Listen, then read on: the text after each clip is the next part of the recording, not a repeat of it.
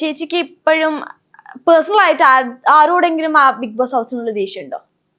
പേഴ്സണലായിട്ട് ആരോടും ഒരു ദേഷ്യമില്ല. പുറത്തിറങ്ങിയ കാരണം പുറത്തിറങ്ങിയതിന് ശേഷമില്ല. കാരണം മസ്താനിയാണ്, മസ്താനി വരെ ഓർത്തത് റീ എൻട്രിക്ക് മസ്താനിയെ വല്ലതും വഴക്ക് പിടിക്കുവോ പഴയ കാര്യങ്ങൾ വെച്ചിട്ട് എന്തെങ്കിലും പറയുമോ എന്നൊക്കെയാണ്. പക്ഷെ ഞാൻ ഓടിച്ചെന്ന് മസ്താനിയെ ചെന്ന് കെട്ടിപ്പിടിച്ചു, നെറ്റിൽ ഉമ്മ കൊടുത്തു, അതൊക്കെ ഞാൻ ചെയ്തു. സോ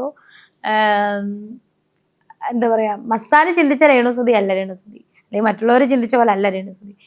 നമ്മുടെ മനസ്സിലൊരു നന്മയുണ്ട്, അതായത് നമ്മൾ ക്ഷമിക്കാനുള്ള ഒരു കഴിവുണ്ട്. സോ അതൊക്കെ നമ്മൾ അവരോട് ക്ഷമിച്ചു.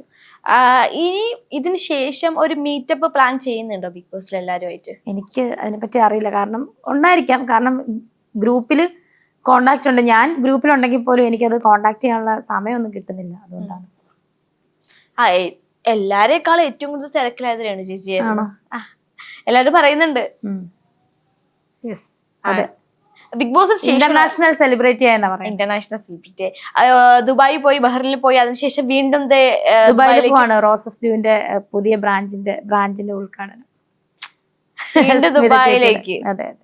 ഇനിയിപ്പം അങ്ങോട്ടേക്ക് വിദേശത്തേക്ക് തന്നെ ഇനോഗ്രേഷൻ സെറ്റിൽഡ് ആവാനാണോ? അത് അന്ന് നമ്മുടെ സ്പൈക്കുട്ടം വരെ എന്നെ കളിയാക്കിയല്ലോ ഫിനാലേക്ക്. അതെ.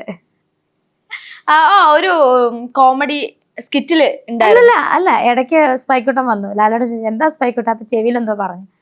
അതെ, പുള്ളിക്ക് ഇവിടെ നിക്കാൻ സമയമില്ല, പുള്ളി ദുബായിലും ബഹറിലും അമേരിക്കയിലൊക്കെ ഇനോഗ്രേഷന് വേണ്ടിട്ട് പോവാന്ന്.